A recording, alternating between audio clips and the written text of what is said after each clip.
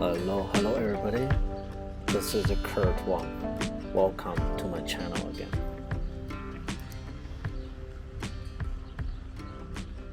So today we're gonna take a photo of the lighthouse. At the same time, we're gonna talk about long exposure photography.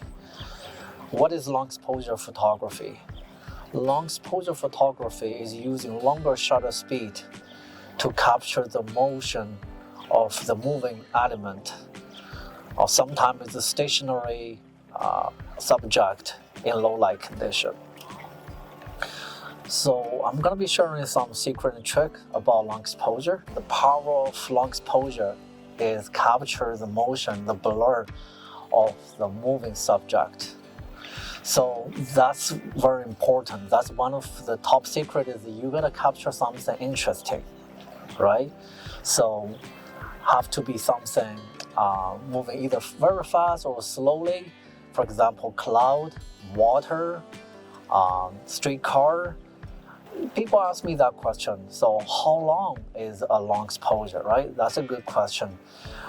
Actually, there's no a definition, like one standard answer for every situation. For some subject, for example, you're close to a streetcar moving so fast, even 3 or 5 second long exposure can capture the motion. It captures beautiful texture, everything of the streetcar.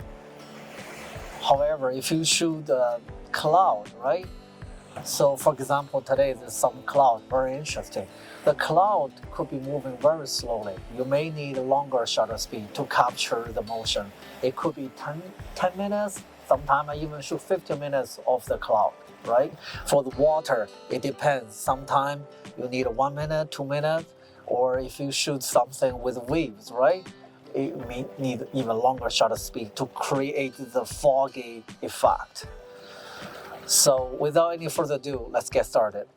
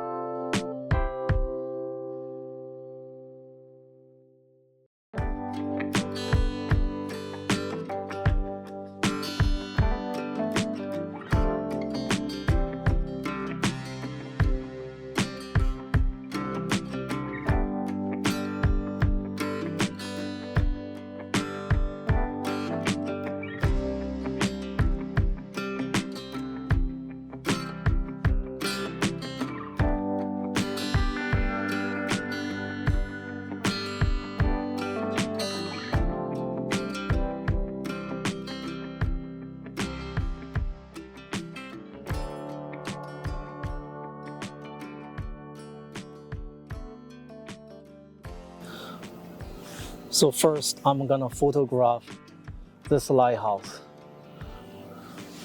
So, because I'm pretty close to the lighthouse, so on my left side is water. I don't have much room to move about, so I have to shoot pretty close to the lighthouse. So I'm gonna be using a wide-angle lens, so that way, even I'm closer, I can still capture some cloud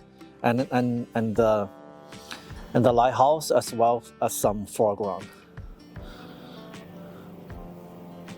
So now it's a little bit bright. I need ND filter's help in order to do a long exposure. I want to capture the motion of the cloud. So I'm gonna be using a ND filter system to help. So one of the secrets of the long exposure photography is to use ND filter. So ND filter can help dark the whole thing, make the light pretty low.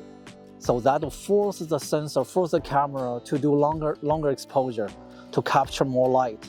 During this time, you will capture all the movement and consolidate everything together.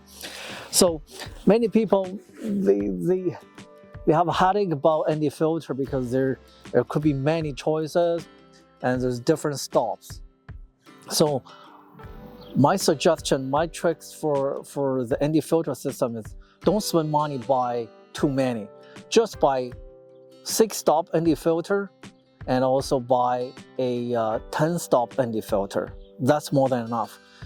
because it would be, you wouldn't have time to analyze and pick ND filter, and also you don't want to carry too much. So 6 stop and 10 stop are perfect. If you want to do an even longer one, in some situation you can stack them together. So I use this ND filter system. It's a high def filter system. So let's give it a try. So I'm gonna use this one. This is a 10 stop ND filter. So this is gonna dark the light by 10 stop. It's very powerful.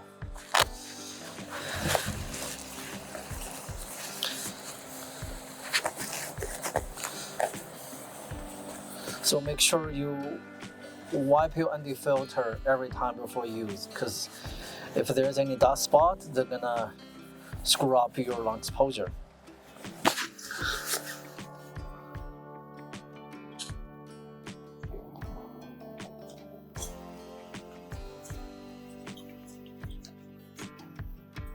There you go. As you can see, by using the 10 stop ND filter, I'm able to do a 25-second long exposure with f11 ISO 100. However, I want to do an even longer shutter speed. So I have a trick. Always memorize the f-stop number. From f11 to f16, that's going to be another stop.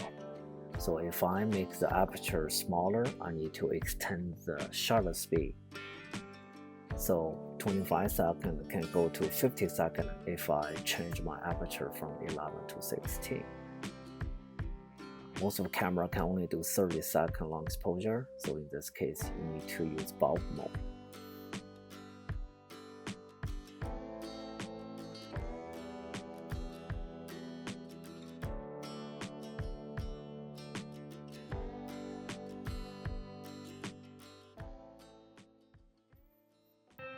There you go, this is the final result.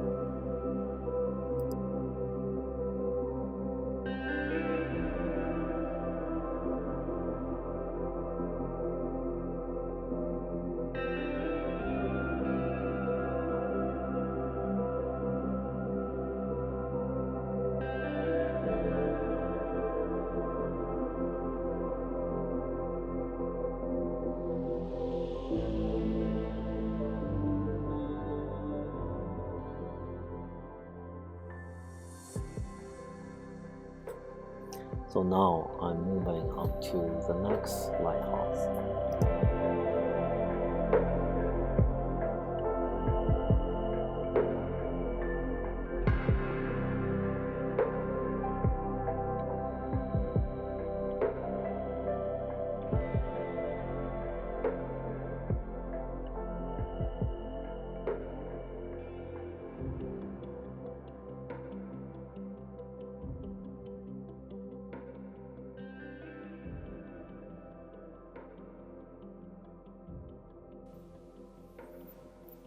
So here I found another composition.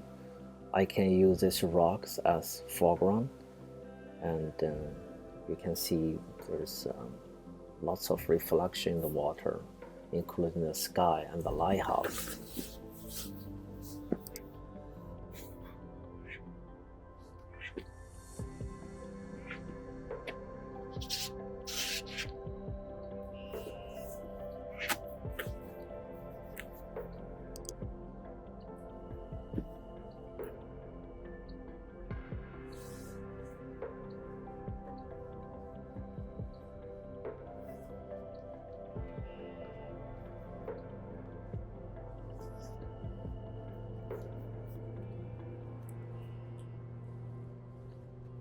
So first I'm gonna be using a polarizer.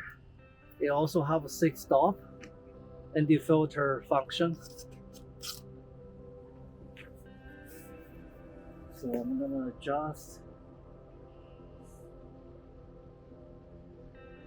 a little bit. So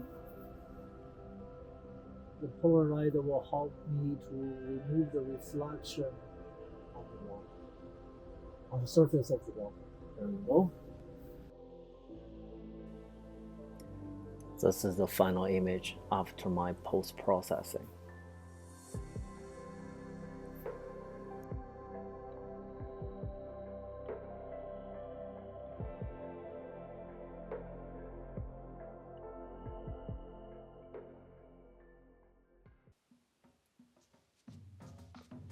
Thank you guys so much for watching. I hope you like this video, and subscribe if you want to learn more tips about long exposure. I will see you next time.